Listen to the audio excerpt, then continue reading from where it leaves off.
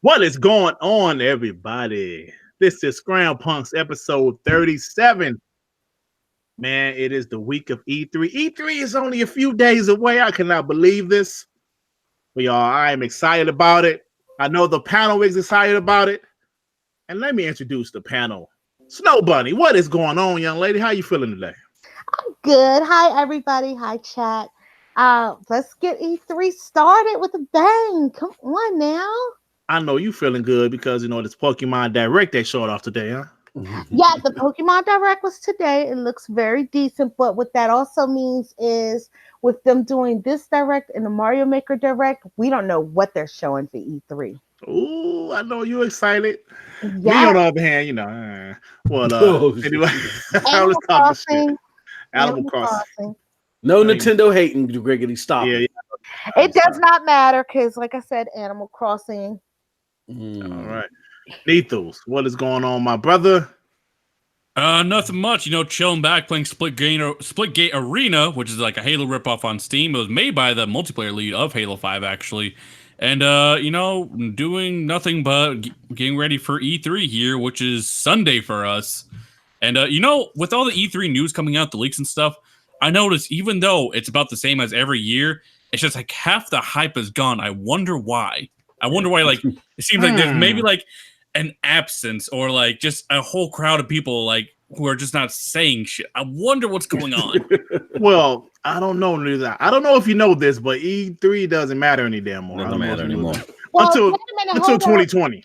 Hold up. Compare this year's leaks to last year's leaks, where last year everything was leaking like water through a strainer. This year, it's been pretty quiet on the leaks front. Yeah. Hey, Kings player, man, don't come here and start no shit, man. Hey, no, but shout out to him, man. He showed me love, man. He showed me love, even though he a pony, man. He showed me love. MM2K. Yes. Hey, man, what is going? Hey, man, I gotta admit, I've been loving the early morning medicines, man. Keep it up, brother. What's going on, man? Nothing, man. Just trying to drop my megatons. No, it's your boy MM2K. Just ramping up the material, man. We got a lot of good things coming from PNTS Network. More to come. I got to talk with the squad. We got just a lot of good material coming in preparation for E3.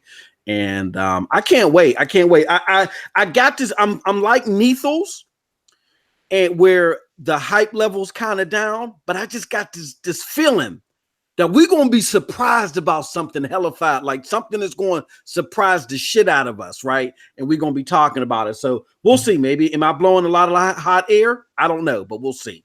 Yeah, we will see, man. You know what? We didn't have a show last week. So we didn't get a chance to talk about the whole Phil Spencer saying 14 Xbox Studio games and all that shit. But we will get into that when we predict E3 2019. Actually, do y'all want to get into that right now? Yeah, because there's a lot of stuff to talk about, man. Yeah, let's get into it. You want to get okay. Let's get into it right now, man. You know, I'm hyped for E3. You know, you guys say you guys aren't as hyped. I'm still pretty hyped for it. As an Xbox guy, I'm just hoping they really just blow us away. So what do you guys think they're gonna do? I mean, you know, state the obvious, not the obvious, but what's the surprises you guys think they're gonna come with? Well, I'll kick it off. I think that let's start with the people that are there. We know Microsoft, of course, is going to be there. I think Microsoft is going to talk a lot about xCloud. You know, they're going to touch a little bit about the specs of the new console, but I think you're going to hear a lot more about xCloud, maybe some last minute tweaks if they can fit some in, because guess what? Out of nowhere, Google Stadia announced their big announcement tomorrow to throw people out of whack. And as you know, Microsoft or Xbox no longer sees Sony as a rival. Their rival is Google and Amazon. So we're going to hear a lot about cloud gaming. I also predict that I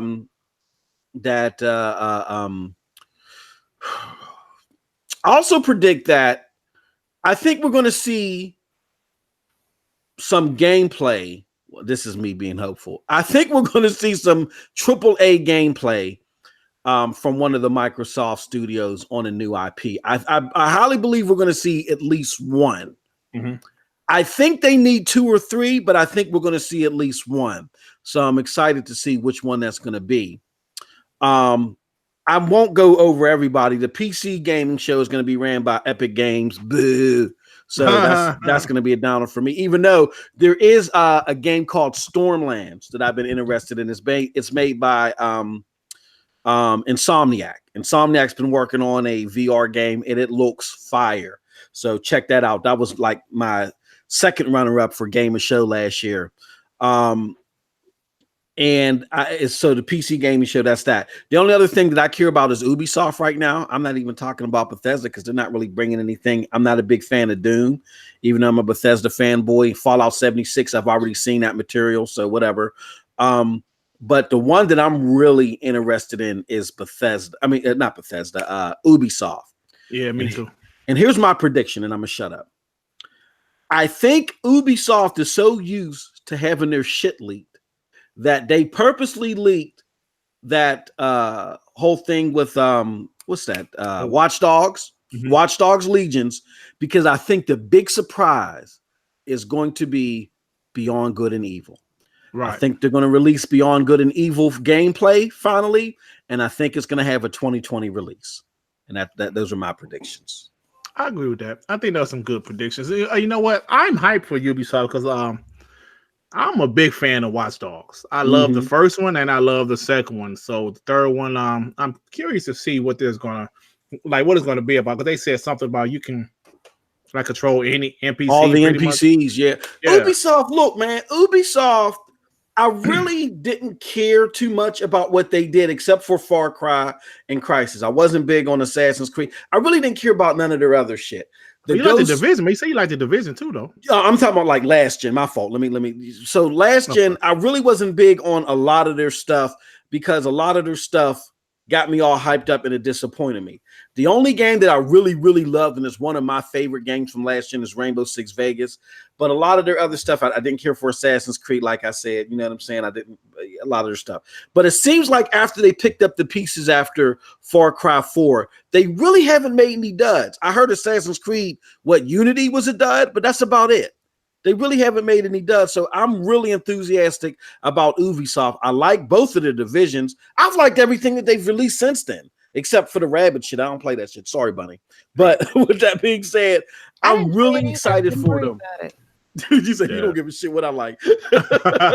But I'm really excited for Ubisoft. And I'm just curious about everybody else. But Ubisoft got me excited. Yeah, man. Their show was, when is their show? I don't, and then look, you just exposed the hell out of me. Come on, man. How you gonna do that to me on this damn podcast? And you fell off, Moss. You fell off. You used to know all that shit. You fell off. He exposed the shit out of me. Oh no. Hey, but look, you know what? The Google Stadia shit is tomorrow, right? I'm really curious about that. I want to see what they're gonna show. They said they're gonna show some games, huh? Yep, they did say they were gonna show pricing and all that stuff. I'm curious about that shit. But look, y'all, let me go. I'm gonna say mine right quick. Okay. I just think Xbox is. I do think they're going to show some gameplay from Ninja Theory's new game. I'm not sure they're going to show something for Fable. I think they're going to show Fable this year. I think they're going to at least tease it, say it's coming, and maybe some gameplay next year, and will release in 2021. But I just think that they're, like the 14 games. Some obvious, of course, from the Gears to the Halos, but 14 games. Hopefully it's not too many PC exclusives. I'm sure there'll be a couple, but I'm just curious about all of this shit, man. I'm hyped for it, and I just want some surprises. I hope no leaks come out before E3. I just want to sit here on my black ass couch. Well, my couch is black ass. I don't know if y'all do that or not. I want to sit here on my black ass couch and sit in front of my black ass TV and just enjoy myself, man. But yeah, EA is having EA Play, so that's what's like EA Play, like a direct, kind of like a Nintendo Direct. Yeah, they ain't gonna talk about shit. So Square Enix, I'm curious to see that Avenger game. I forgot all that stuff, man. Yeah, so that's gonna be some good stuff, man. So what about you, Bunny? My E3 will be starting Saturday with the Splatoon 2 World Championships. They're also doing a Smash World Championship, I believe, and they're doing a Mario Maker 2 Invitational. So all that's going to be on Saturday. Are you gonna be glued to the TV, Angie? Pretty much. I've already tried to figure out how I'm gonna get my food. All right. Are you gonna watch the Xbox shit though? Yeah, I am going to tune into Xbox on Sunday, just to see what's going on. On Monday, in the spot that PlayStation would have been, is going to be Square Enix. Right. So I'm waiting to see what they're going to be releasing coming out, because I heard it's going to be like a bunch of different stuff. So I want to see, and since they're taking PlayStation spot, they're going to have to like step up their game with that. Right. And then I'm going to be looking at Nintendo stuff. I was looking between last year's E3 for all the games that were released or that they mentioned. They mentioned 35 games at their E3 last year. Out of those 35 games, 30 of them have been released. Actually, was it 30 released or no? 30 were released last year in 2018. So far, 2 have been released this year. So there's 3 of them we have no dates for yet. So I'm hoping we might get updates this E3 for those 3 and or dates for those 3. Damn. And so how many did you say they announced? 35 and 33 were actually released?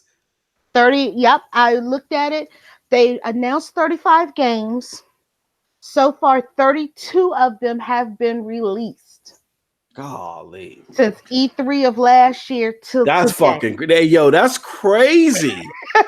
that's insanity. No wonder why Reggie had to retire. He tired of shit. And they said that this year's E3 they're going to be focusing on games being released in 2019. Golly. They said the same thing last year with games focused on being released in 2018. Golly, I can see Reggie right now. He was like, y'all guys are killing me. I'm tired of shit. I'm leaving. So I'm waiting to see what gets announced. Because like I said, right now, we already know June, our big game is Mario Maker 2. July is Fire Emblem Fire Emblem 3 Houses. August is Astral Chain. Damn, man, Nintendo killing it. Yeah, so then we still know that Link's Awakening is coming, Animal Crossing is coming. We now know Pokemon is in November, and we also have Luigi's Mansion, which are all first party. We don't know when Animal Crossing, Luigi's Mansion, or Link's Awakening, even though there have been a leaked rumor list gone out saying dates, but I haven't found proof of those that paper yet. I'm still hunting it down. But that would fill out the rest of our year, so God knows what else they're going to announce. Damn. Okay. So I see you. Hey, you ready for this shit? And I'm ready for my wallet to go and hide because I already got 6 games on pre-order. Okay. No, 7 games. Let's correct that. 7 games on pre-order. Nithos, my main man. All right. So E3 hype level.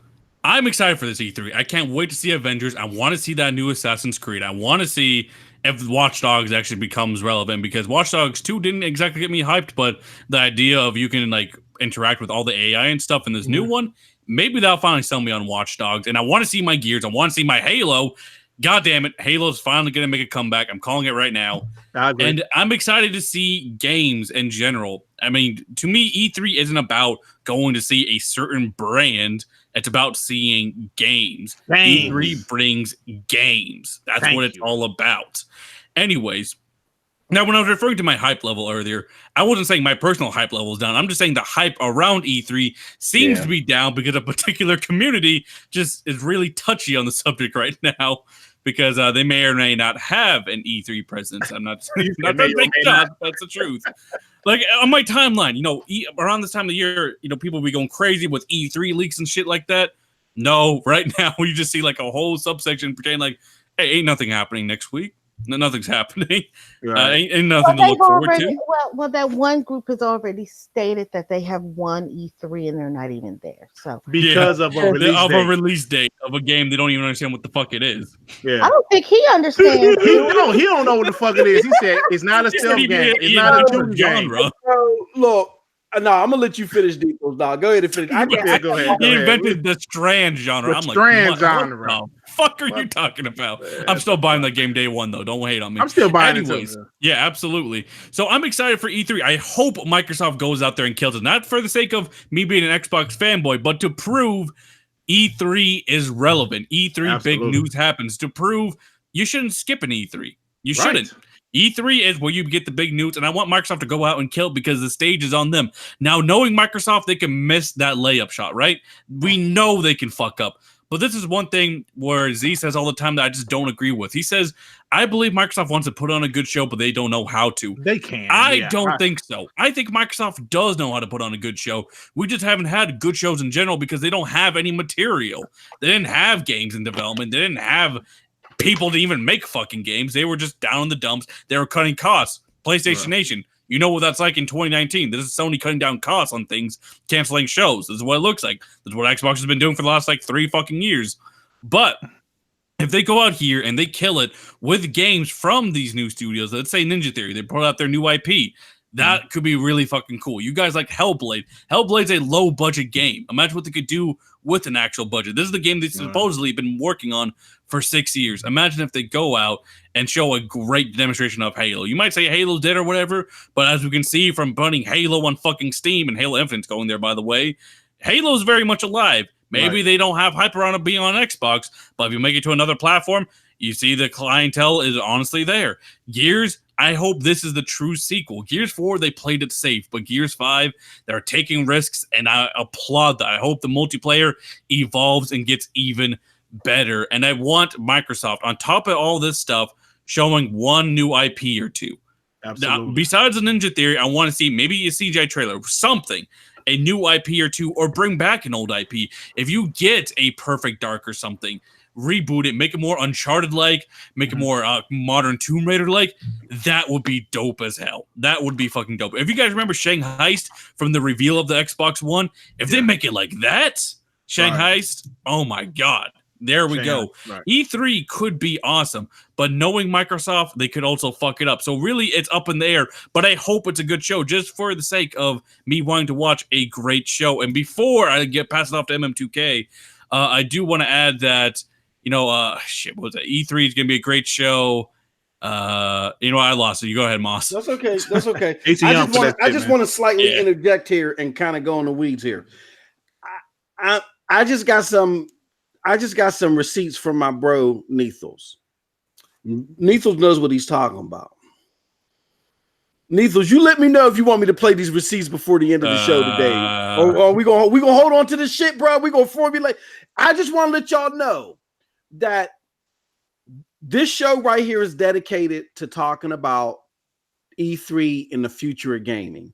I know there's a lot of you guys that are listening to what we're saying and just like, Xbox sucks. PlayStation is going to take console gaming into the next plateau. We got some shit for your ass this show, okay? And then my bro got some receipts. I'm just listening to this and I'm in shock and awe. Like, my bro's about to drop some receipts on y'all. So I just wanted to bring that to the forefront. Okay. Now, what was a suggestion to you, though? Yes. Why don't you wait? Because I know you and Nethos do a show on Fridays sometimes. Yeah, we should do a special. Why don't you do that show after E3 that Friday? I want to. You know what? That's a good ass idea. Yeah. I'm just in shock because I'm like, holy shit! This just shows you how out of touch from reality. And the reason why I went off on that tangent is because for the 2+ years or the 2 years that I've been doing this, I failed y'all. Y'all been hearing me say that. I failed y'all.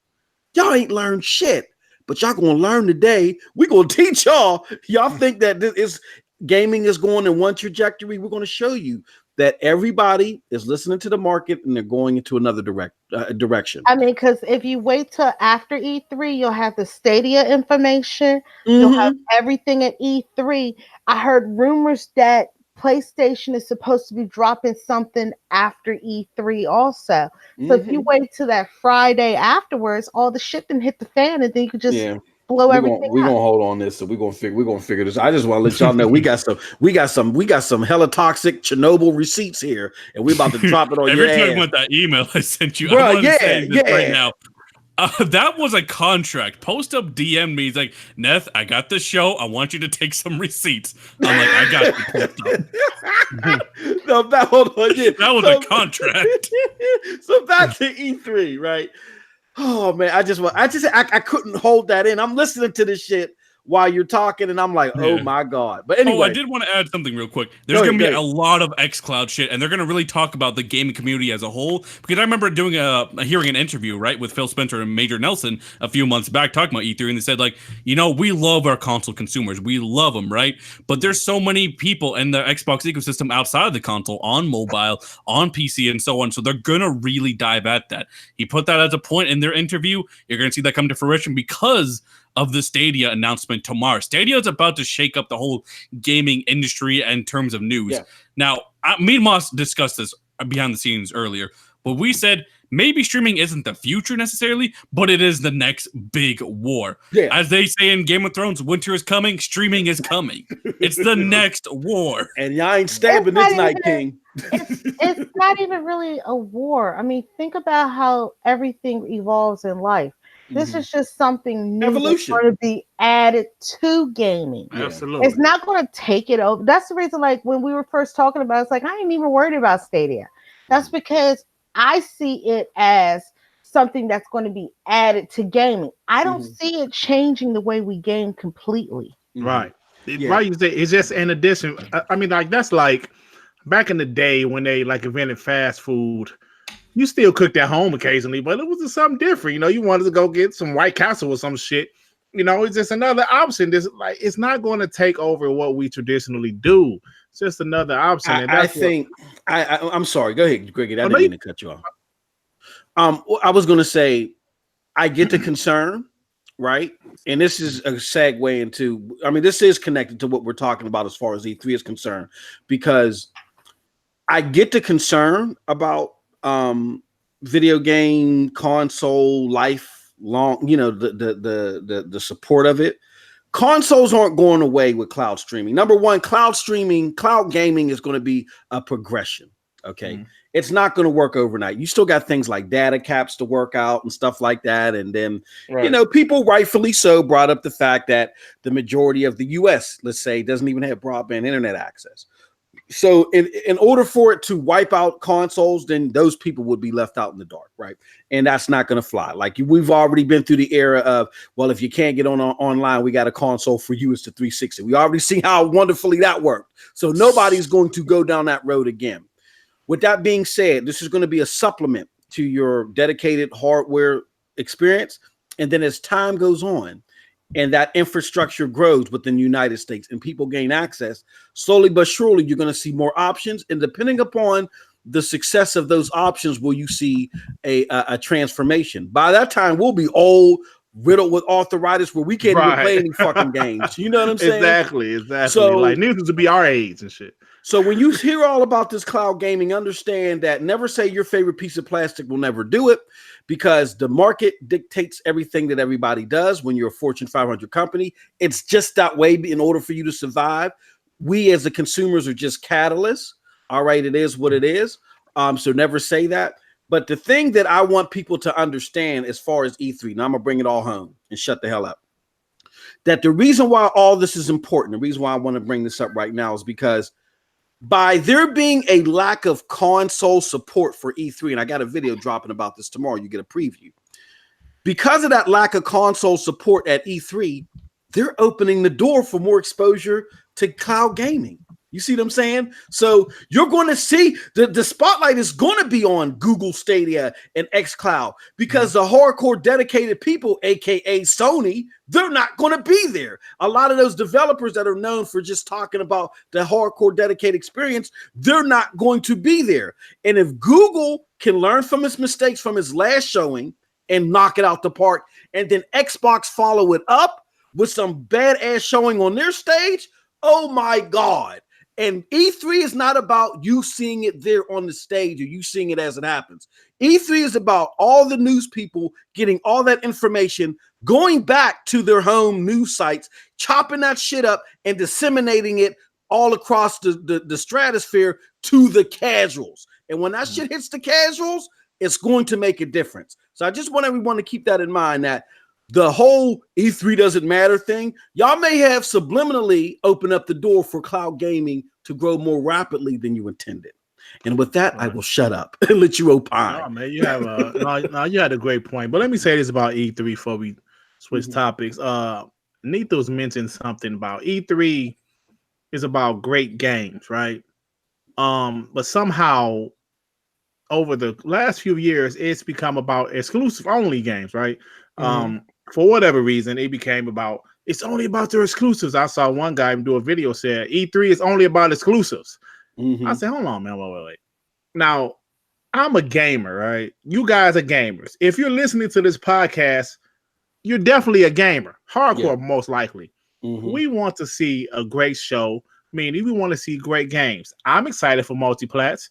I'm excited for exclusives. I noticed some guys say it's only about exclusives, but those same guys are watching Ubisoft show or EA show. But why the hell are you watching those shows? Those games aren't exclusive. You know what I'm saying? So we just want to see great shows, man. I remember last year, Xbox had a lot of multiplayers last year. I remember King Thrash left a comment on one of my videos like, nope, the show wasn't great because it wasn't, they didn't show many exclusives. And I was like, it was a good show. And I just really wanted to watch a great show, whether it was Sony, because early in the generation, Sony only really had multiplats in their first couple E3s of the gen. So I just want to see a good show with great games that I'm going to play, whether they're exclusive and multiplats. But at the same time, Microsoft do need to show us some more exclusives. But I just want a great show, man. That's it. Let me just chime in real quick. I know I'm talking a lot, but I think what people need to realize is that I get it. Sony kicked the skin off of Microsoft's face as far as it came to individual unit sales. I get it. There's no denying it, right?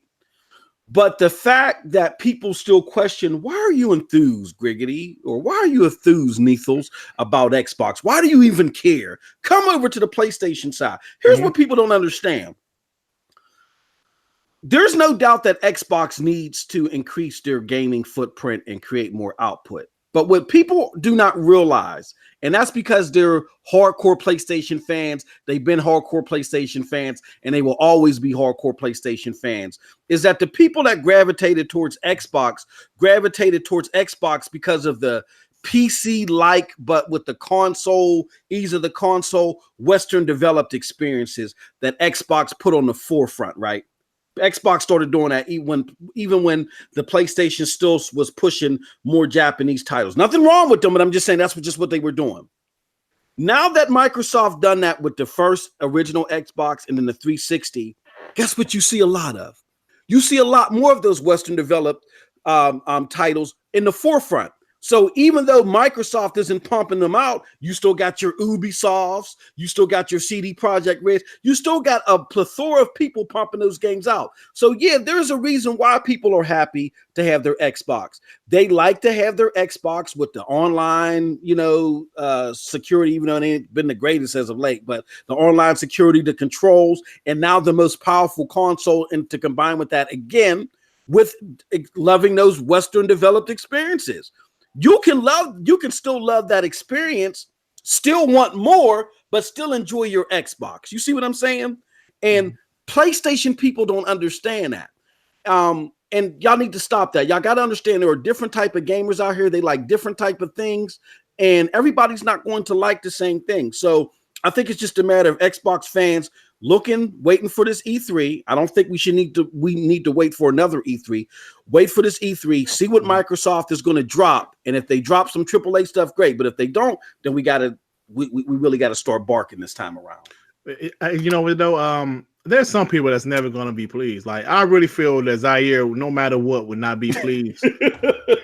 Like that same argument you have about with Xbox and PlayStation, I get that same argument with Switch. because people are like, well, why do you play a Switch? Why? Like, I remember I was commenting on a guy's video. He was asking, what games are you happy for seeing on Black Friday? And I was happy to see the Legos DC Villains game get dropped to $30 because I did not want to pay $60 for it. So I made the comment, and this guy commented back to me like, you want to play that? You need to go out and get that PlayStation 4 Spider-Man edition for $199, play some real games. I was like, hold up.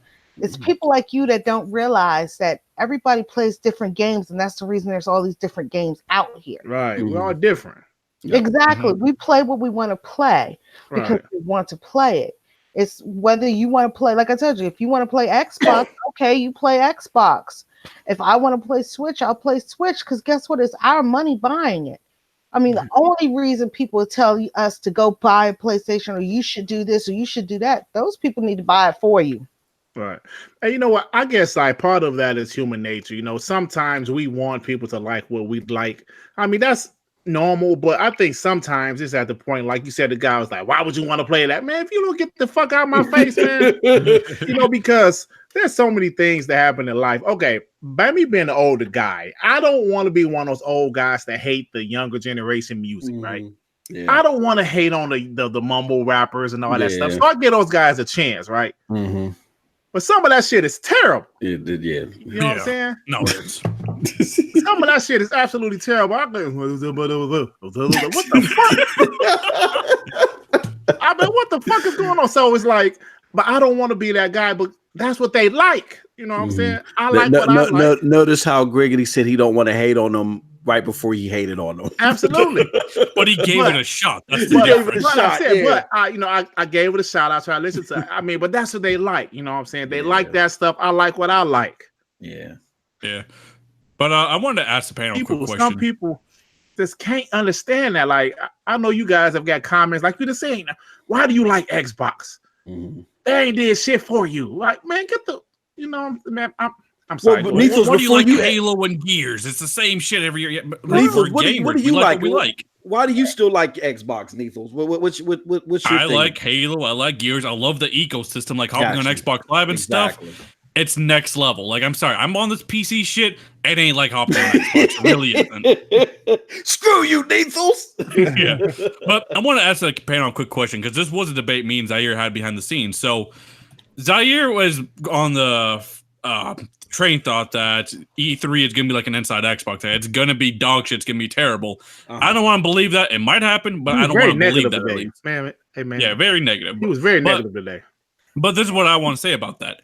So when was it? Sony 2016 E3 or was it 2015? When did they announce God of War? I think 2016. 2016 E3. Now, I brought up this point to Z, but he wanted to backpedal from it. Cory Barlog officially announced God of War back in 2014 in an interview or something. He officially announced it, right? I remember that. Yeah, he officially announced it. So even if you're a Sony fan, you're going to predict every year, we're going to see God of War revealed. We're going to see God of War revealed. You only have to make that prediction twice before you even got it, right? Now, I understand. When you saw God of War on the screen, nobody knew that was God of War. That was a whole new fucking game, right? Right. That's fine. But I'm saying, why can Fable not do that? Yeah. Like, for example, if they completely reboot Fable, make it more like The Witcher, absolutely, and it's only heavily rumored. Fable isn't even announced, but it's just heavily rumored to be made by player-owned games. Why would that not count?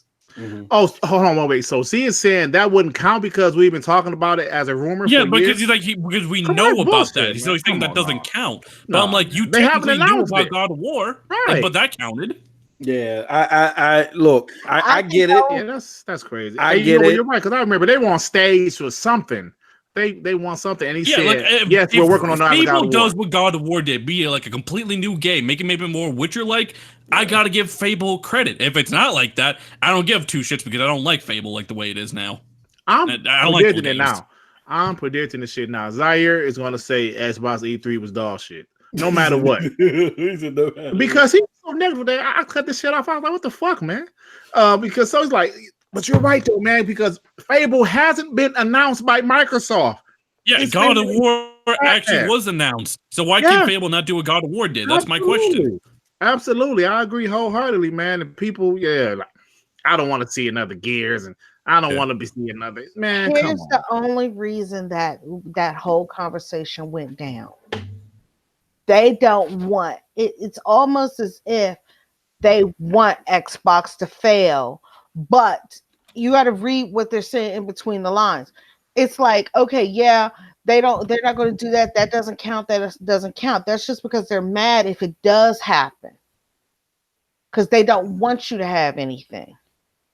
I don't think that's the case with Z. Yeah, like to me, I think that's the case for an extent for like certain people. But I think for Zaire, like I think he just needs a really good show, right? Like he's just really down the dumps about Xbox in general. He just needs like a show to blow his mind for him to finally be back on Team Xbox.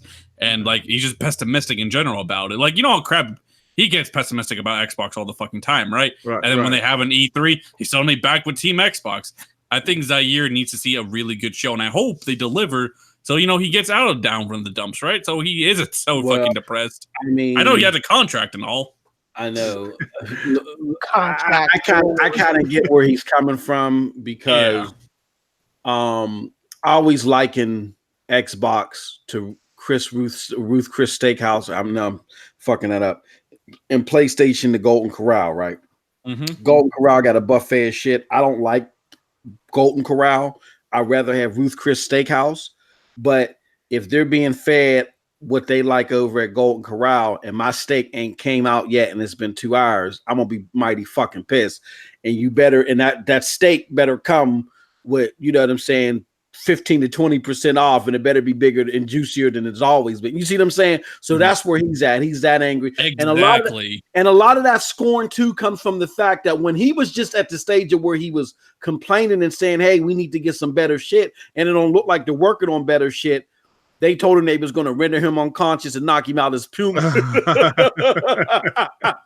Right. Go 12 years a slave is that. So I get where he's coming. But I think if you take all that extra stuff that happened out and you just look at it like straight down the middle, it is reasonable to say, okay, I'm willing to wait it out, but they got to show a commitment. This E3, they got to show a commitment to bringing in new IP, AAA banger IP with, you know what I'm saying, with fidelity, all that stuff, like how they always been. You know what I'm saying? They may not have, they ain't got to have 5 of them. They ain't got to have a whole, but 5 of them. 3. We understand it. I say 3. Yeah, I think about 2 to 3. And we understand they had to go through a reboot, but I hope that Microsoft understands that right now as a business, you have a good strategy to attempt to capture that 2 billion or grow that 2 billion.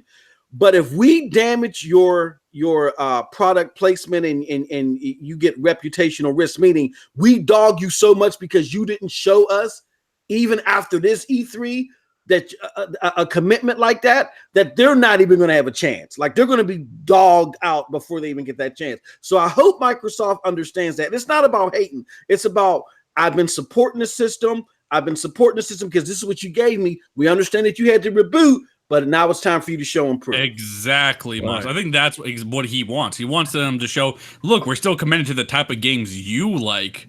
So I think that's all he really wants. Because he thinks they're only going to make like Sea of Thieves type games, right? Or like cartoony shit or service-based games. I think that's the mindset he's on right now. He wants them to prove, look, what made you fall in love with the OG Xbox, maybe the 360, we're still here to cater to those gamers. Mm-hmm. Hey, I don't know if you guys saw, there was something, it was real subtle, but Xbox and Exile and something else Microsoft related followed Double Fine Studios. They were the makers of Psychonauts. I know that's like, they're probably not going to do a big AAA game or nothing, but I thought that was kind of interesting. Like for those, maybe that's a possible acquisition. Maybe I don't know. But Double Fine, so I actually enjoyed Psychonauts back on the original Xbox, but not saying that's a big studio. Yeah, I thought it was interesting. I mean, they're gonna have to. I'm sorry. Go ahead, Bunny. Go ahead. I was gonna say, here's the thing. They have to, like I said, do or die this E3. They have to show games. Games. They don't even have to be AAA games. Like when I was mentioning Nintendo. A few of them gotta be. No, like I said, not all of them though. Like I was saying, Nintendo last year announced those 35 games. Not all of them were AAA games, but guess what? They got them out there, got the people hyped for them, and people are now like, wait, we got them all. That's the thing. If they're going to drop the next Xbox in 2020, everything they're showing this E3, they should have ready by the time that those systems launch. Because the thing is, nobody's going to wait 3 years after a cycle started to get the games you promised them before the games ever came out, before the system ever came out. Shit, I don't know. Because let's think about it. E3 2016 for Sony, they announced all of their games. I know God of War came out and but there's a difference. Spider-Man. Here's the difference. PlayStation 4 had already been out for a few years. True. I'm talking about next year. At the start of the gen. Exactly. Nobody's going to want them to port stuff from this gen because they didn't have anything this gen. If they are if they are announcing games this generation, this E3, we already know most likely they're going out next gen on their next console. So if they're dropping their next console holiday of 2020, they need to have these games that they're announcing now ready to launch with that system. And let me ask you guys this, though. Once those new studios get to going, they dropping games, I don't see Xbox having like a first-party game drought, right? Say if they 3 of the studios drop games this year and next year another 3 studios will drop a game, and I really don't see them having game droughts after 2020. What do you guys think? I absolutely agree with that. And what's going to become, and what should have always been, is who has the better game? A Ninja Theory's game versus Naughty Dog, something like that, right? Who has the better games? That's what it's about. It shouldn't be, oh, look, the Xbox has no games, or in the beginning of the gen, hey, look, PlayStation has no games. It should have always been about who has the better game versus game, because we as gamers win in those type of fights. Absolutely. All right. So anything else to chat? Y'all got any questions, chat, about this topic before we move on? About E3 predictions and Xbox and how Sony E3. You know what? I'm sorry. Never mind. You ain't shit for that one, hey man, shout out to Tim Dog, because every time some pony say some shit about Xbox E3, he fire right back with well, Sony ain't gonna be there. Sony ain't gonna be there, and that's shit funny, man. But all right, let's move on. Moss, do you want to talk about this Todd Howard shit? Now, hold on. Well, you know what? Let's not talk about Todd Howard yet, because I don't want people to leave. You say that one for that. Hey, look, I dropped the Todd Howard video. That was my lowest rated video in decades. And look, Nichols was fucking with me in the DM. Like, Moss finally got a good thumbnail. It didn't even matter, man. Yeah, man. Hey, but I like your morning videos. I always listen to them going to work. But yeah, man. But anyway, let's talk about it. I want to bring up Jim Ryan, bro. Yeah. Jim Ryan said PlayStation Now, like how he put it, like where's the article? But he said they're going to push hard with PlayStation Now. Meaning they're going to really promote it, put some new games in that bitch. They're going to really push PlayStation Now. Why is that, y'all? Why are they pushing PlayStation Now? Is it the future? Are they starting to notice that subscriptions is the way to go? What do they notice? Try to drop the next PlayStation before Xbox drops theirs. That's what I think. I think that's the reason they're starting to push it right now. I'm anticipating probably the next games that come out for PlayStation next year are going to be where they did like Nintendo did with Breath of the Wild, released on the Wii U and on the Switch. I think next year they're going to do that with some of their bigger games next year. And I think they're going to try to get it out before Xbox is ready to launch theirs. Well, what I got from the little interview, the little article, I think he's saying they're going to start putting their shit day and date. I don't know when, but I think it's coming. Damn it. I know some PlayStation guys don't want to hear it, but I think it's coming, man. They're going to just have to deal with it. But this is what I don't get. Like they throw those shots at Xbox guys. Your Game Pass is $1. Ha ha ha. It's $1 for a good ass service, man. Do you know what that remind me of? This some nigga shit. Now, let me explain myself. Growing up in the hood, even now, as a grown ass man, I see kids. If a kid wearing some Levi's, everybody wear Levi's, right? Yeah. But if another kid wearing some True Religion or some expensive ass jeans, he get more props. I'm tired of that nigga shit. That's nigga shit. So y'all mad because y'all games are gonna be cheaper in the subscription. Excuse me. In a subscription service. Y'all don't want y'all games to be in the subscription service. Who gives a shit? If you're gonna buy them, you're gonna buy them. But that's Game Pass is $1. Oh, how you say what? That's kind of contradicting themselves. I mean, all their games go half off 3 months later, and they complain when Nintendo don't cut the price of theirs. I just, Yeah, but I just don't understand why they're so upset about it. Lethals, can you tell me why these PlayStation guys are so many reasons, but I guess the best way to describe it is them doing this essentially ends the console war. I remember Porter Rock put out a tweet, which was poorly timed, by the way, saying Sony already ended the console war, and then a week or two later they announced a whole streaming thing with Microsoft. So that was a horrible tweet that he put out. But what happens is the whole idea of exclusives, right? They're dead, because if I can play a PlayStation game without the need of a PlayStation console, that's not exclusive. If I can play it on my phone, if I can play it on my PC, just buying the game natively on that device. Not saying you're playing it natively, but buying it natively on that device, exclusives are dead. Or even if you had to use a PlayStation Now service and you're able to play on this device free of a console, the exclusive is not there. So the whole fanboy war of, we got exclusives. This is why PlayStation sells. They got exclusives to this one set box. That goes out the window. The idea of playing games through a subscription service, that's also something they've been dogging. Look, Microsoft has to put Sea of Thieves, a 69 Metacritic game, and Static A2, a 69, and who's playing that Crackdown 3, huh? They're all shit games because they're on Game Pass and it's $1. Well, this is my question to the PlayStation Nation.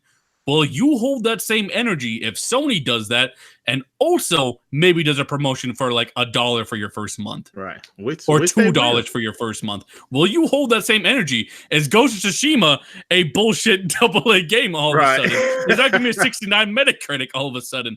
Because here's the thing. All the shit talking you do is going to come and bite you right in the ass. That's what's going to happen. Even Poor Rock finally, he's basically admitted, look, this shit is coming. It's going to come down the line. We're just going to have to accept it. I'm not going to support it. I don't think it'll be successful. That's fine. But it's for the people in denial about it who don't want it to come to pass. You're the ones where the reckoning is really going to affect. Because Porter Rock, I've been headhunting him, right? You see me on Twitter. IRS of the crumb side or some shit, right? Oh, yeah. But I leave Porter Rock alone because me and him both understand, the shit is coming. It's the people in denial. Those are the ones I fear for. Because when the day does come, when streaming or winter does arrive, you best just log off Twitter. I'm gonna say that right now. Because let me tell you something. The Nethos, the crime side IRS. I don't know if y'all ever owe IRS money, but they be on your ass. Yeah, bro. The receipts I sent must? Oh my god. I mean, the IRS is the one group you don't want to mess with. I don't play with IRS. I sent you. Oh my god. They couldn't put Al Capone in prison because of murder. They had to get him on tax evasion. Hey man, the IRS don't play with them. Any young, is any young dudes in the chat? Pay your damn taxes, man. Don't play with the IRS, bro. Stop blaming kids. It ain't yours. You can run over old ladies in parking lots. That's fine, but do not skip out on your taxes. Okay. Hey, man, don't play with them, bro. Let me read something because, again, I get it, y'all. I get it, y'all, and I don't mean y'all on the panel. I mean y'all out there in the gaming stratosphere. Your boy MM2K tried to present y'all with a level of insight, and I didn't do it in the best way, and I failed y'all. But I'm not going. But y'all gonna learn today. Let me read you something, okay? And I apologize if this was already read. PlayStation CEO has the best response about if next gen will be the end of consoles. Oh, yeah. By Colin Stevens. This is an IGN article, okay? In an interview with CNET, president and CEO of Sony's PlayStation division, Jim Ryan, was asked if the PlayStation 5 will be Sony's last console. To this, Ryan responded, "Who knows? How it might evolve."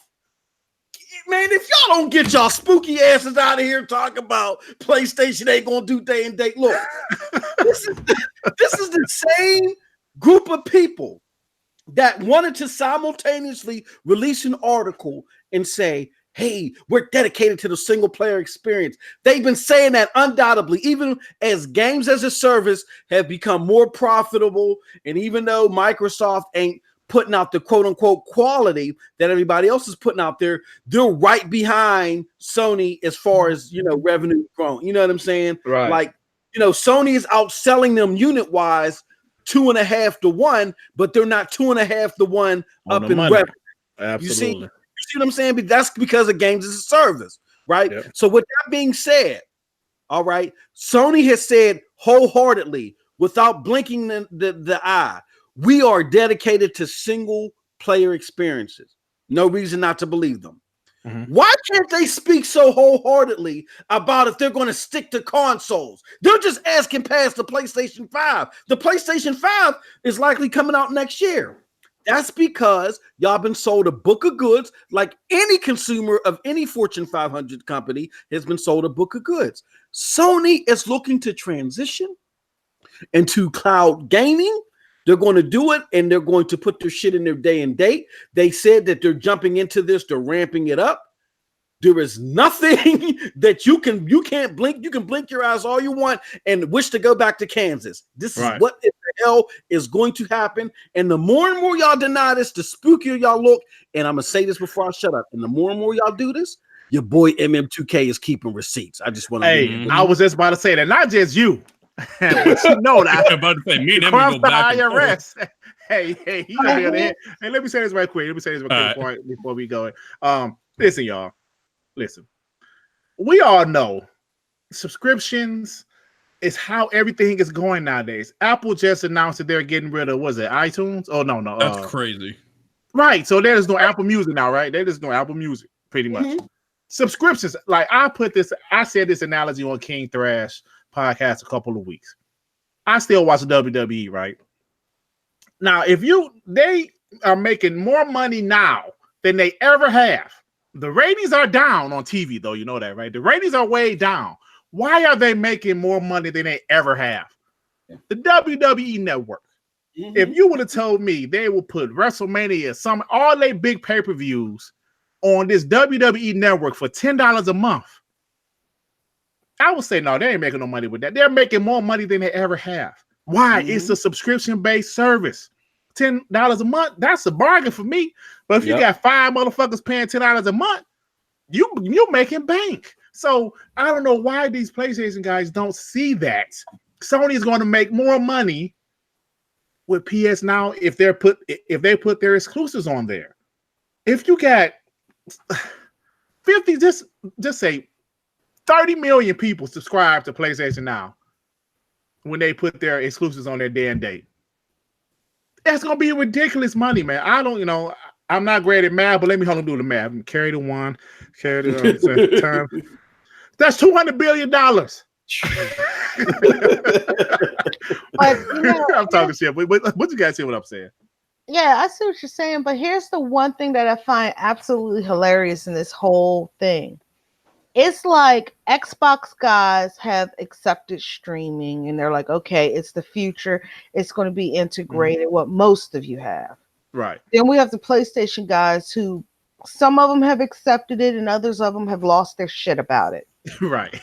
Then you have Nintendo over here. I don't hear many Nintendo people complaining about streaming because I think our CEO of the president of the company handled it the best way when he was asked about streaming. Mm-hmm. He said, and this was in their their most recent investors report. He was asked about streaming. He said they are going to look into streaming and investigate it and start setting things up for streaming, but they're also going to keep a dedicated device for gaming because that's the only way you can get a unique experience. So Nintendo fans hear that and they're like, okay, we're going to still have our console, but they're going to dabble into streaming and get into streaming, but we're still going to have our dedicated consoles. Mm-hmm. Everybody else is sitting here like Xbox is saying you're going to have your consoles, but streaming is going to be an option. I don't know if you guys noticed this, but Sony ain't answering about their consoles. And actually, I want to add to that. So, this isn't the first time where Sony's been weird about their next gen plans. They've said, like, I think it was a Yoshida interview or something. I'm not talking about the CEO of Sony, but the Yoshida who works at PlayStation. When they asked about the PS5, he says, if, right? If there's a PS5. Yes. Obviously, there was. And now with this recent interview, Moss did half the quote. The other half of the quote was, well, the whole quote was, they're not sure about the next gen if the PS5 is the last console. But if Jim Ryan did know, he wouldn't tell you. I'm not telling you. Right, he did say that. Like, that should be spooky. And even in the same interview, he talks about a hybrid model. He talks about a hybrid model.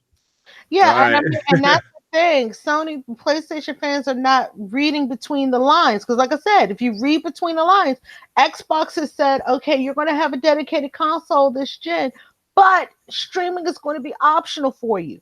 Nintendo has come out and said, we're looking into streaming. We're going to look into it, investigate it, do things for it. But we're keeping a dedicated console to keep the uniqueness of gaming to a dedicated console. What is Sony saying about their consoles? Oh, we don't know. If it is such and such a tell you, it's like they're bouncing the ball around. There's going to be so many L's Nethos and Moss are going to hand out. I mean, I really feel it within the next couple of years. I need to make myself a folder and actually organize Hey, you know what? I have a folder on my phone called the Console War Receipts. I'm about to be like the who's the people off the John Wick series that whenever they get the new orders and shit, they be typing the shit up and putting it on the board. Oh yeah. I'm gonna have to be like that with all these damn receipts, man. It's getting crazy out here. Nethos, you need to make a folder, bro. You too, Moss, because I made a folder and I don't really post the receipts like that. Well, you saw like I posted a receipt today. That how the PS3, you know, with the 120 and that shit, everybody was retweeting that shit. I was like, okay, so we gotta have those receipts, man. Excuse me. But let me say one thing. Let me change the subject slightly. I was watching Brad Sams, and he said something I thought was very interesting about Xbox. He said that it seems like a lot of third parties, maybe because Sony's not at E3 this year, but he said a lot of third parties are starting to go back to Xbox and starting to show their stuff off on Xbox, because he said early in the generation that wasn't the case for obvious reasons. They were all going to Sony to show off their games. We said, yeah, somehow they got into good favors with the third-party developers again. And what do you guys think? Does Xbox have momentum going into next generation, y'all? Or is it just me? I can't answer that until after Sunday. That's a great The reason is because okay, yeah, third parties are going back to Xbox to show their games and everything, but you have to think about it this way. This E3, Sony's not there. So their leader that they would want showing their games is not there. The games that they are making, they can't go to Nintendo with the momentum Nintendo Switch has. They can't go to Nintendo because those games were never coming out on Nintendo. So the most obvious place to go is either, and I don't even know if there's going to be a PC showcase or not, but the most obvious place to go for consoles right now for games that's going to be on the Xbox and the PlayStation is Xbox, because PlayStation is not even there for them. It's like Sony abandoned them when they left E3. Right. Where they're going to go to? You know what? Yeah, that's true. That's right. But the way he said it like the relationships are just much better than they were. You know, I don't know if that's because of Phil Spencer. I don't know, but he said just the relationships are much better than they were. I think it's because of the prosperity of the Xbox ecosystem now. Remember, Microsoft, like Z said, has always had the gaming industry in a headlock with stuff they had. Now they have Simply Gone. Now they have the Havoc engine. Now they're going to have xCloud. They have so much of the gaming industry in development and a headlock right now that, you know, these relationships are obviously just going to get better. But we have to think about it like this. You're saying momentum to the next generation. Yeah, they have momentum to the next generation. But the way we count as a winner of the next gen, we go by console sales. That's the console war, right? Microsoft is going to get destroyed next gen in console sales again. That's just, it's bound to happen. I agree. Their original brand versus Sony's worldwide brand. And Microsoft's going to make their games available in even more places. So honestly, I think the console sales are going to stay about 40 to 50 million at the most, right? But the thing is, if we're talking about who's the actual winner, we've got to talk about revenue and profit. And that's where Microsoft might have more of a leg up than you assume. Because think about it right now. xCloud is something that's unique to them. Google has their own streaming service. Amazon has their own streaming service. But these companies like a Sony or even Nintendo, they're going to have to choose out of the big three in that streaming war. That's why I mean this is a streaming war to get clientele and get customers who are the developers, who are the publishers, and so on. Microsoft has their shit for the cheapest, and Sony is already basically going to sign that deal. It's just not inked yet. So in about a year, it'll be official. Nintendo, rumored, is looking with Microsoft to make a subscription service, but nothing is concrete yet. So even how successful Sony might be, or Nintendo if they do it, Microsoft will also get a cut of that. So I think Microsoft is going to win and money, but does that benefit us as gamers? That's to be shown. Right. And and with Nintendo, you got to think about it this way. Nintendo has strictly always been a gaming company. They were going to have to pair with somebody. No matter what, they were going to have to pair with somebody. The best option was Microsoft because Microsoft is not another Japanese company that they would have to directly compete with like Sony would be. Right. That's a good point. That's a good point, Bunny. They are an American-based company. So that's not a direct competition to their Japanese sales in their country. They've been trying with streaming to the Switch because Capcom have streamed a couple games to the Switch in Japan. I don't know what that situation went. Resident Evil 7, yeah. Yeah, so I don't know how that situation went with them streaming that to the Switch, but it might have not been. It wasn't where they could do it worldwide for the Switch. So Microsoft is worldwide. It's everywhere. You go to any country and mention Microsoft, everybody knows Windows. That was the bigger platform that's Nintendo. If Nintendo makes a deal with them, they can get everywhere, all around the world. And like I said, Nintendo, I was expecting that deal to go through with them. I expected them to go to Microsoft to do that because they don't have the infrastructure to do it themselves. Yeah. Yep.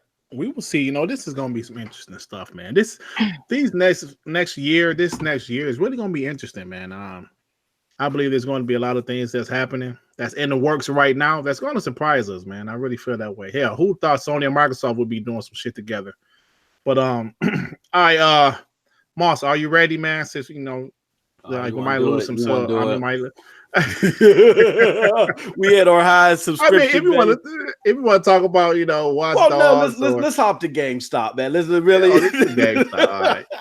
Now, it's inevitable, right? GameStop is, they're not doing too well right now, but I don't think it's their fault. I just think technology is changing, and they can't do anything about it.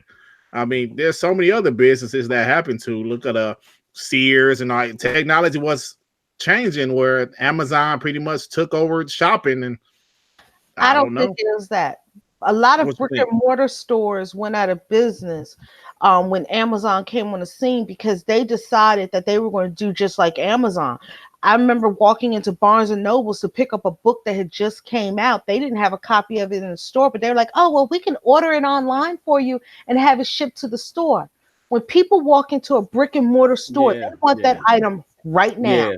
Right. I could have never let exactly. If they have to order it into the store, the people are sitting here thinking, well, I can just go home and order it on Amazon. It's cheaper. That's why Borders closed, right? Isn't like Borders closed now? Yeah, that's a good ass point. I mean, but that's the thing. GameStop. Okay, here's what GameStop started doing. They got rid of all their retro stuff or shipped their retro stuff off to their warehouses. They didn't keep them in the store. True. They started, GameStop. It's GameStop. People go there for video games. Okay. Now you go in there, like today, I went in there and got me some hats and socks. Okay. they got board games in there. Some of them started doing comic books. If you have a comic book shop in your store, in your area, you are not going to go to GameStop and buy no comic books. Okay. They took away the reason people were going there, which was used games. And put in a lot of crap that people don't want. You guys see how much of that stuff go on clearance? Yeah. I mean, nobody goes in there to buy waffle irons. And Bunny, if I'm not mistaken, you use GameStop quite a bit in the past, at least, right? I still do because the area, like we were talking off live, my area is very, very small. Okay. Mm-hmm. Like my town, we don't have a McDonald's and stuff like that. My GameStop is near my job. So I go and pre-order. I pre-order everything because I play a lot of niche games that's not very popular or nobody even heard of. Prime example, I was getting I wanted Steins Gate Elite that was released in February. I didn't pick it up in February. I didn't pre-order it. I went in there in March to buy it, and the guy was like, "Oh, that game didn't come out yet." I said, "Yes, it did. It came out last month." He said, "Oh, well, it might have come out, but we didn't get a physical copy of it." You're a game store. How is it you're not getting a physical copy of a new game that just was released? That's crazy. Okay, so they had to end up ordering me a copy, and then when I was like, "Well, okay, I'll just go to Best Buy or Target or Walmart and pick it up." The game is so niche that none of them got it. Mm-hmm. They had to order it from a store that was like 3 hours away from me because that store had 4 copies of it. Yeah. Wow. So I have to pre-order everything. Right. Yeah, you just showed that. But real quick, were you ever a part of like the GameStop Pro member or anything like that? I had the Elite membership. I love the Elite membership. I'm a Pro member now, but I buy most of my games new. And when I go in there to get a used game, most for like the Switch, most of the used games are games I've already purchased. Yeah, but the Elite membership, they had a really nice perk, right? Like, didn't you get like a certain percentage when you bought off a used game or something like that? Like 10% back something? No, you got 20% off of all used games. Yeah. 10%. And when you trade it in, you got an additional 20% instead of the 10%. And on Pro days, it doubled or something. Like, it was crazy, but it was awesome. But even that, they completely changed that just to fit their new dying model, where I think what they give you just like $10 now credit or something. It's not even stackable. Oh no, it's okay. So you know that article that came out, correct? Yeah. Okay, so I went into my GameStop because the people there know me. I said, "Dude, what's up with this? You changing the program?" He said the article that came out was not complete. He said that, you know how now we get like the percentage off of a used game. What they're doing is, instead of giving you that percentage off of the used game, all the used games in the store's prices are going to drop automatically. Oh. So they're not giving you that 10% because they're going to lower all the prices of all the used games. Next thing is, he was saying, like, they give you, it's like they're going to go up from $15 a year to $20 a year. And you get a $5 gift certificate every month. Every month that expires if you don't use it. Yeah, it expires if you don't use it. But here's the key thing about that. You can use it on anything. New or used. I'm typically buying a new game every month. I mean, I could easily $5 off a new game every month.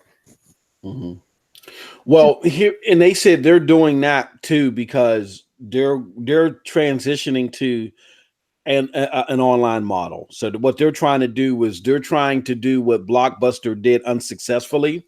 Oh man! Now Blockbuster tried to transition from brick and mortar to online, and Netflix just said, "Get the fuck out of here." So they're trying to do that successfully this time around. So that's why they did that. We're dropping the used games, and we're going to just a coupon type thing. You know what I'm saying? Here in the store. And right now, they're only testing it out in about 70 stores. It's not launched yet. It's on a test run of about 70 stores right now. Yeah. So here's the problem. No. Here's the state of GameStop, and here's where their potential future is. The thing is that, like Nethos alluded to, they're fucking crashing and burning. You know, the stock prediction draws on. Yeah, they said they unexpectedly made a profit. So that kind of fucked them up because whenever you're on the market, you not only compete with other stores, your competitors, but you compete with yourself. So because they made a profit last quarter and they didn't make a profit this quarter. It's even worse. And they didn't meet expectations and projections, so it's even worse. And then what they did is they got rid of their dividend. Now, what that is that's just like an extra bonus to anybody that buys stock with them. So now they're just trying to survive, right? There's like, we're not even paying y'all. We won't even give a fuck if y'all invest anymore. We just want to survive. We just want to see it through the storm. Here's where they might be successful is if they are transitioning to an online model, right? Then they need to have more online bonuses. They need to really make they need to really pull people to doing the online thing, and they need to do it now because that $5 coupon will work. Because really, as things are set up, why would I go to GameStop to buy a digital copy if I could just go to Xbox Live and buy it? Right. Now, if you're consistently giving me a $5 coupon, then I might do it. You know what I'm saying? Or if you let me accumulate it for 2 months, see, instead of letting it expire at first and you let me accumulate it, that could save your business. So I think they're on the right path, but I don't think that the perks that they're giving are radical enough. Lowering the cost of all of the used games in the store are not going to do that much if everybody's buying more digital and if Xbox and PlayStation keep having these sales that are lower than what they are used games in the store anyway. You know what I'm saying? So I just think GameStop has to be a little bit more radical. They need to be a little bit more customer friendly than they've ever been because they never really were. Right. I loved EB Games, but that's a whole nother podcast. But if they do that, if they make that transition, they might have a chance of surviving, but it ain't looking good. And I think they've oversaturated the market. Like for me, like I was saying, the GameStop that's at my job, okay, there's the one that's 5 minutes from my job. There's one 3 minutes from my job. There's one 20 minutes from my job. Then you have another one 45 minutes from my job. My job is 20 minutes from my house, and then 20 minutes from my house is another GameStop. Oh, they're going to start closing them. Okay, that's 1, 2, 3, 4 right there in like a half-hour radius. Add another 15 minutes, you have a fifth one. Add another half hour, you're adding probably 3 more. Damn. Do you see my point? Like literally where I work at, I can walk to the mall and there's a GameStop in the mall. Then there's one, like I said, the 5-minute drive from my job on my way home. 15 minutes from there is another one. Going in the opposite direction. It's too many GameStops in a concentrated area. I don't know how GameStop didn't predict that though. Yeah, but what that causes is all of them are competing with each other. Yeah. Yeah. But like, I don't know how GameStop didn't predict this whole digital age. Like, Steam came out a long time ago. They should have known consoles were going to do that shit at some point. I'm surprised they didn't prepare back then. Like, Mr. Kima adds here in the chat, and we'll get your thoughts on this. Apparently, part of GameStop's future is going to be an esports, or starting an esports service network. And obviously, esports is not going to make the money GameStop wasn't making in the past. But what do you guys think about that? Them transitioning to something like that? I'm going to say this real quick, and then everybody can answer the question. To the whole, here goes me with my tinfoil hat, and people can hate me all they want. I don't give a shit. I'm old. I'm an old geezer. I don't give a shit. The show's called Scrampunks. Anyway, with that being said, here's why GameStop did what they did. They too fell into the PlayStation hype, baby. Oh, at the beginning of this generation, PlayStation told everybody they was going to do the DRM. And they didn't do the DRM because they knew they needed to make their business model a little bit more enticing. That threw game developers into a whirlwind, right? Because remember, we're all supposed to be about the devs. But if you're for the devs, then you would have supported the DRM because you end up supporting the shit now anyway, right? But that's a whole nother kit caboodle. I won't go there. I digress. Okay. So now you got GameStop like, oh shit. And Sony's killing it. They're selling it 2-1. If you notice now, when you walk into stores, a lot of the stores, they got their PlayStation shit in the front. PlayStation's everywhere because PlayStation gave GameStop a false sense of fucking hope. Then what happens? 2019, what happens? PlayStation says we need to change our business model this year because we got to re-up for next generation. Oh, GameStop, you can't sell our digital copies no more. Oh, we're pulling our support. And now GameStop is lost in the sauce because that whole, and now Sony's going to do the streaming thing. Now they don't know what to do, and their value just keeps dropping and dropping. So just like y'all weren't the only victims of the PlayStation hype. Sony, Sony pulled the okie doke on GameStop too. I'm sorry, Bunny. Go ahead. Yeah, they even took away their digital games. Damn. I mean, like at my stores, I forgot about that. At my stores, it's like when you walk into the store, all the PlayStation stuff is all the way in the back of the store. In the front is the Nintendo Switch. Oh, okay, yeah. Oh yeah. You know that's funny because I went to my local GameStop maybe a few weeks ago, and they switched the store around. Like you said, they put the Nintendo Switch in the front, the PlayStation in the middle, the good old Xbox in the back. No. When you walk into my store, like when you walk in, on your left-hand side is the Switch stuff, then the registers, and then the 3DS stuff. And then on the back wall is the Sony PlayStation stuff. And then on the right wall is all the Xbox stuff. Oh, well, mine different. They got Xbox way in the back by the bathroom. Yeah, exactly. Yeah, whatever it is that they got that little cave in the back. Yeah, they had a cave in the back. They be going in the back.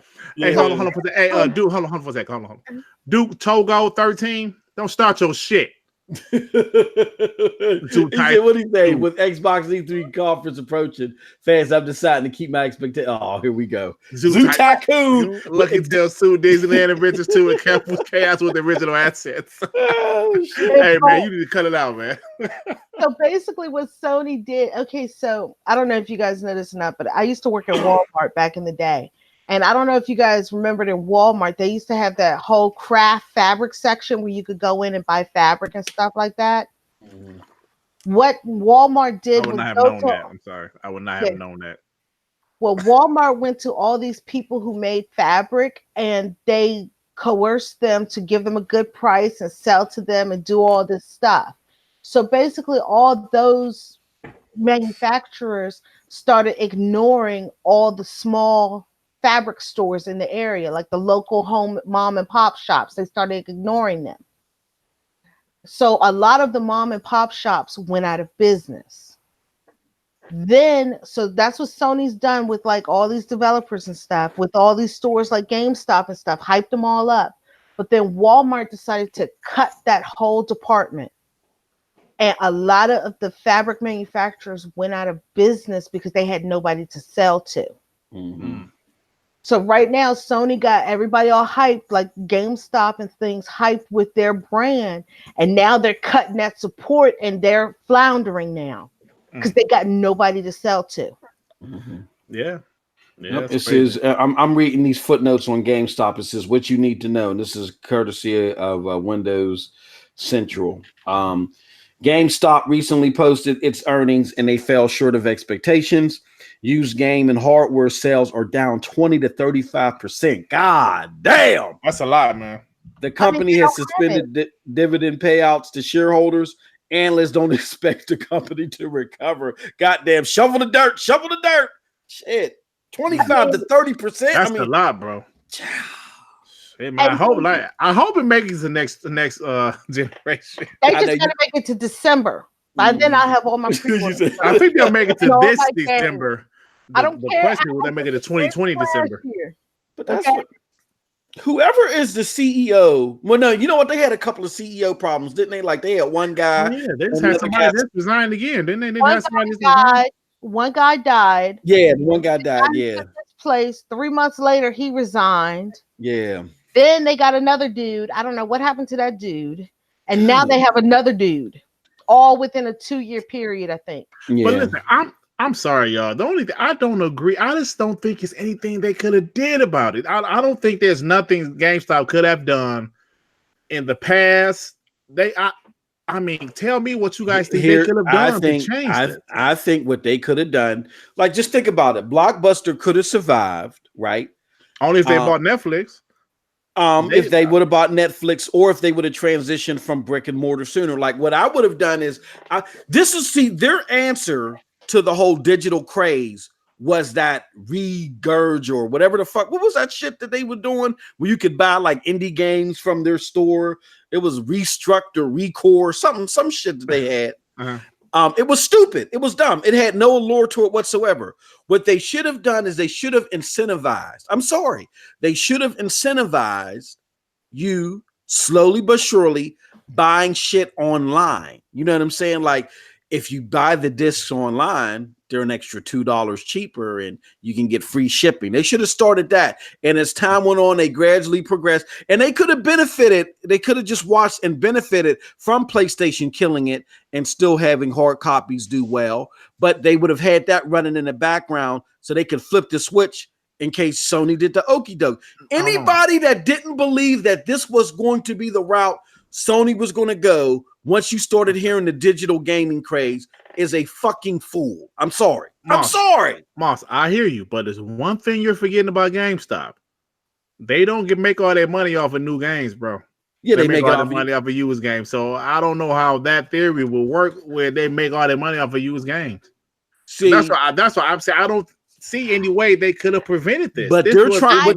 What they're trying to do now is now they're trying to incentivize you to go and buy those used games online. Like I went into the store and they're like, yeah, we don't have what we used to have in the store, but we got a bunch of used stuff. You know, you can go get it online and all this other stuff. They're trying to do it now, though, right? It's too late now. It's too late. Yeah. I mean, there's a couple things they could have done. Okay. Number one, the biggest mistake they made was gobbling up all these other companies like EB Games, Funko Land, all those, even the ones that were failing, they went in and gobbled them up and overtook their problems. Secondly, with used games, you know how retro collectors are. They want the original boxes. They might handle a scratch or two if you have the original boxes. They stopped accepting trade-ins where you had the original cases. So people could just bring in a stack of games and trade them all in and they put them in their generic boxes. Right, yeah, they would. Okay. Yeah. A collector like myself, or physical buyers, I don't buy those games. Me either. Because I want the original case. Me too. That's true. That's true. With their online, it says right there, if you buy an online game that's a used game, there's no guarantee you'll get the box with it. You know, it's funny you say that because I watch some of these random YouTubers saying, yeah, I bought a bunch of shit from GameStop. It'd be a bunch of games and most of them in like those little like CD cases, those little CD holders, you know, and yeah, you're right about that. Because back when I used to buy physical, and if I bought a used game from GameStop, if that shit didn't have the original case, I didn't want it. I mean, keep that shit, man. That is exactly. True. So people are not going to buy those because you're going to charge the same price for it, whether you have the case or you don't have the case. Now, if you don't have the case and you drop it down, let's say by $5, people will snap it up. But if you charge it $45.99 for a used game with the case and $45.99 with a used game without the case, they ain't going to buy that because it's not complete. Okay, so retro gamers are not going to buy those because they want the original case with it. Exactly. Okay. I said, like, I remember going to GameStop getting a used game, and they'll like put out that blank ass case with that terrible penmanship on the cover. And like, man, I don't want that shit, man. Exactly. Another thing they do is with their staff. Okay, a lot of their staff, like I have all these GameStops in my area, but I only go to the ones where I like the staff. I went into one GameStop just here recently, and it wasn't my normal GameStop. I walked around in that GameStop for 20 minutes while this dude was in there talking to somebody about cars, the guy who worked there. And then, because I needed help with something, and they just ignored me. So when I was walking out the door, they were like, oh, do you need help with anything? I was like, nah, never mind. I'm good. Okay. You go in, some of the staff are extremely pushy about things. Yeah. Okay? Extremely pushy about things. Okay. If they, like when I go in there and they always try to suggest stuff to me, and I'm sitting here like, well, no, I don't play that type of game, or I don't have that type of system. They try to push you into a sale. If you go in there with $299, you want a new Switch, they're going to try to sell you a used Switch. Why am I going to pay $275 for a used Switch when I can get a new one? Okay. That's how they do their staffing. And then what they also do is the people that are good at their job and nice staffers and everything, they move them around different stores. So you might go in there and the staff that you like might not be there and you have a bunch of assholes. Oh yeah. Okay. That's another thing. They need to keep the staff that's good where they at. Yeah, see, like I know this because I used to work part-time at GameStop like some years back, and they will send some managers to another store if the other store sucking ass, and they say, "Oh, we'll go over there try to help that store out," and this guy will send this guy back over here, and he's an asshole. So what GameStop is GameStop, and I hope they can hold on, but I don't know. But craziness. Yeah, but anything else y'all want to talk about? I mean, we could talk about Xbox Body Wash, but who gives a shit? I don't give a shit. No, I don't care about that. I Yeah, mean, again, it's just, I mean, it's something comical to chuckle at. Yeah, but ponies are, it's their last string before popping the cyanide pills. Right. 2019 has been rough for them. Okay. The only thing about that is I don't want to hear about my amiibo anymore. How y'all talking about their toys and everything because they could still be used with games. And I have sworn that if I go date with any guy and I go back to his house and he plays Sony PlayStation and he has that light up baby in a jar thingy, I am out. Right. But like to me, this is like funny shit to me, right? But I saw some guys on Twitter, even Z, like the first thing he said in the podcast, he said, "What the fuck, man, who cares? This is nothing, bro." I saw a guy on Twitter say, "We want games. Don't be doing this shit. You should be investing in new games. Of course we want games, but what is this, man? Come on, bro. This is nothing." We had that talk last night in the other podcast I was in, and we were sitting there talking. They were like, "Well, you're putting out body wash and not games and everything." I'm sitting here like, and then we had ended up having a whole conversation about the body wash and whether or not you would buy it or not. It was crazy, but I'm just sitting here like, dude. Man, it just means absolutely nothing to me, and I don't know, man. I don't know, but anyway, y'all, it's about that time. What y'all think? Yeah. Nethos, did you have any thoughts though about the whole GameStop thing? Man, GameStop is dog shit. I hope they die. The niggas don't even want to game, and niggas like the hell with GameStop. Yeah. I mean, and they also, and another thing about GameStop is, I don't know how this is, but they're supposed to be a game store, but I go in there and tell the employees games that's coming out that they have no idea about, and it's not even in their system. And I'm like, but I can go order it on Amazon. Yeah. Hey, Phase 114. No, we're not doing the podcast on Sunday. Now, Nethos and MM2K, I'm assuming y'all gonna like do one with Z. Yeah, absolutely. Wait, are you watching it live or what? Yeah, I'm sitting, like I mentioned earlier, I'm gonna sit on my black ass couch on my black ass TV, and I'm watching. Because do you know what I usually do? Since 2014, I would watch it, listening to the BGST, and it's sad this year there will not be a BGST to listen to. Damn it! So I got to either listen to Z, which I'm really hesitant because he's gonna be talking shit, man. He's gonna be negative. Or I listen to crap and mooch. I don't know about that either. I might just listen to nobody. Just watch it. I'm gonna look, man. I'm gonna probably be there. Your boy will probably be there. I'll be honest. I'll come down the middle. I'm not going. You know me. I don't give a shit. I got to steal my boy Griggity's motto. Who gives a shit? I don't care. I'll say whatever is on my mind, and if it's a good show, I'll give them props. You know what I'm saying? We'll see. I just need to see that Phil. There's either one or two things that's happened with Xbox. Either Phil and company just had to do a reboot and do some things to satisfy Satya and go, "Oh, Satya, just go ahead, man. We cut what's that fucking game?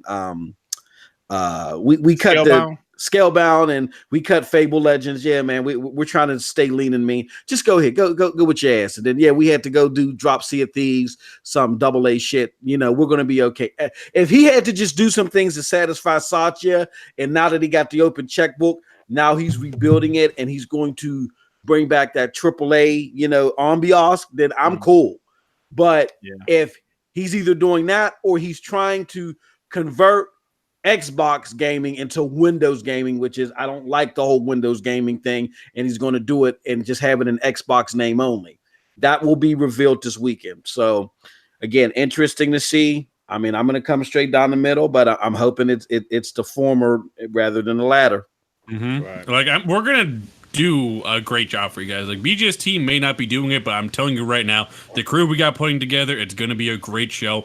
Yep. And even Z, who, you know, he had a contract and he hates and shit. E3 is a very in the moment show. Like even last year, he was somewhat enjoying the show as he was watching it. So I don't see him going to be too down the dumps about it. Like maybe he will be, but honestly, I think if it's a good show, he will give it praise because he is an Xbox guy deep down. He wants to like Xbox. He just really need to knock it out of the park for him to finally go back to being his old self.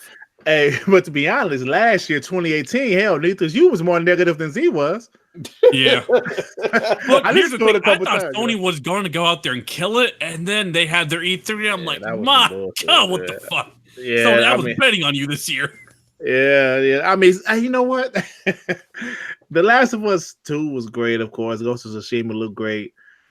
But they told everybody, we're going to focus on four games, and nobody really talked about it. Would be like that, though. Like, goddamn. A damn podcast, not a podcast, but they had a stage thing in the middle of the podcast. Show. And look, y'all, here's the thing, too. This is where y'all got to pay attention to the PlayStation Habuki, okay? It's not like these motherfuckers don't have shit to show, right? They got shit. Look, if they were able to run those demos that they ran last year, then they could run some more fucking demos. And they got more, what do you call that shit? They got more marketing deals. You know what it is? They don't want to have to come on stage and answer for the streaming shit. That's why they don't want to be there. Y'all got to read between the lines. See, I'm putting on my King Thrash. Y'all got to think big, motherfuckers. You know what I'm saying? That's why they knew that there was going to be all this backlash about them streaming. So that's why they're not showing up this year. They got plenty to fucking they got way more to show you this year than they have last year. Death Stranding is coming out this year, right? Last of Us 2. I'm pretty sure they could have whipped together another trailer. Call of Duty is coming back with a fucking bang. You trying to tell me? Yeah, Call of Duty, man. You're skipping over those marketing rights to let it be shown with Microsoft, and you could have shown that shit on your stage. Please, they didn't want to show up because they did not want to have to answer for the streaming shit. Believe you me. Hey, Tip Dime, you're right about Thrash. Yo, what's up, my nigga? Yo, my nigga. Hey, man, one day I'm gonna sit and count how many times you say nigga in one of his 4-hour podcasts if I'm bored. I guarantee it'd be at least 230 something. I'm surprised the FBI ain't investigate my boy for a hate crime and shit. Yeah, he said nigga so much. I use that word a lot in my personal life, but hey, man, he said so much. I'm like, damn, bro. Yeah. Yo, my nigga. I stay away from. Here's why I stay away from it on broadcast. I stay away from it on broadcast only because I mean, it's not like my mouth ain't potty, but I got kids listening and stuff. Yeah. You know what I'm saying? And I got a couple kids following. And it's funny. I try to keep my not the podcast, my channel shit on my clean. Channel PG-13. I say shit a lot, but that's PG-13. Mm-hmm. I don't use no F-bombs, stuff like that. I don't say nigga too much. Now the podcast is open. Mm-hmm. The podcast I say what the fuck I want, but I try to keep it, at least PG-13. But I'm about to keep it right now. I'm about to keep it real with y'all.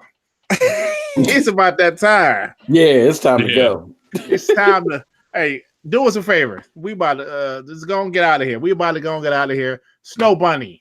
Thank you for joining us. Well, Snowbody, you just a regular member now. I don't know why you member. Yeah, I know. I said thank you like you a guest or some shit. Damn, girl, you can try to kick her out already? Hell no. Snowbody, Snowbody, my girl. I know. It's okay if you want. Snowbody, let me ask you a question, though. What's up? Now, before I invited you on this podcast, were you ever on any other podcast? No. Okay. So I'm gonna give myself full credit for finding this young lady. You know what I'm saying? You got full credit until right now. You try. No, but Thrash trying to take her and shit. Oh man, no, man, no. Yeah, Thrash. They actually invited me to be on their podcast also. So oh shit. Well, hey, look, I mean, the more exposure, the more exposure, as long as you still can make ours. Look, everybody's relaunching their channels. You know, I mean, we got some big things coming. So when I go on vacation, because I go on vacation in July, it's just that my job is so crazy that because I go in at like 8 a.m. and I may not get off to 6 p.m. Damn. So, and I'm on my feet all day. So when I come home, I just lay down. But when I go on vacation, I'm planning on putting an update video on the changes on my channel up. Can't wait to see it. Like I said before, whatever you do, you have our full support. absolutely. Yes, it's just that some things like I don't edit. So shit. Hey, my man named OBJ don't edit either. He just put the camera in front of him and start talking and shit. You just start going, man. But I do want to get 40-minute video card because I want to capture some of my gameplay footage on my Switch, and I might like live stream. But yeah, I play weird games, y'all. Okay, and nobody else you find. Every person I find who plays the games some of them that I play, it's always PC. So I kind of want to get some of the exposure out for some of the games on Switch so people can see how it's running. Hey, you know what, Money? Don't trip, because Moss play weird games too. He played Fallout 76. Oh, Fallout 76. Hey, Fallout 76 is gonna come back with a bang, y'all. That wasn't an odd game though. I'm just really messing with him. it might not have launched with the best. Thank you, buddy. Intentions. Thank you, buddy. Nah, it wasn't odd. I'm just totally messing with him because he loved it. It might not have launched with the best intentions, and they knew it was going to be an epic failure and wanted to. Oh man, buddy. But I mean, said it was going to be an epic. They knew it was going to be bad. That's the kick to the solar plexus. Yeah, speaking of Bethesda, apparently Todd Howard wants their next Elder Scrolls to be played for a minimum of a decade. So I don't know what's going on there. Yeah. Damn. Trying to copy World of Warcraft. Look at how long World of Warcraft has been going on, and it's a subscription-based service where people pay $14.99 a month. Oh, man, I hope something like that doesn't happen. But I know Dirk Griggity wants to wrap up the show, so I'm going to let him. But before he wraps up, Dirk, can we count on you to do the recap of E3 when it comes to pass? Will you be there in the after party? Oh, of course. Yep. Whether good or bad, you're going to be there? If good or bad, I will be there. If it's bad, I'm gonna be on mute. But I will be there. I just want to see if we can count you in. All right, we got you, Dirk. All right, I will be there. Do a podcast on Wednesday. Yeah, absolutely. Oh yeah, absolutely. Yeah, hell yeah. Yeah, we Sunday have a lot we do to talk 2 about. shows. Yeah, we do the live reaction and then we do the right after, like an hour or 2 after it. Yeah. So we can get Dirt on there. Yeah, I'll definitely be on there. Definitely. So, all right, y'all, we are about to get out of here. Appreciate everybody that tuned in. Phase 112. Yes, it is time. I'm sorry, 114. I'm sorry. It is time for us to go to bed. Tip Diamond, thanks for showing up. The Real Mass, Philosopher Doom, thank you, everybody. Duke Togo 13, thank y'all for showing up. Appreciate it, Mr. Righteous Fist. Noah showed up for a quick second. Mr. Kima, thank you, man. That guy shows a lot of love. Appreciate it, man. Everybody appreciate it. But we out of here, y'all. Oh, Bye. shit. Damn it, I do this shit every time. Where in the fuck? I do this shit every time, bro. Yeah, I'll be on the other screen and shit. Oh, okay. All right, yeah, we out of here.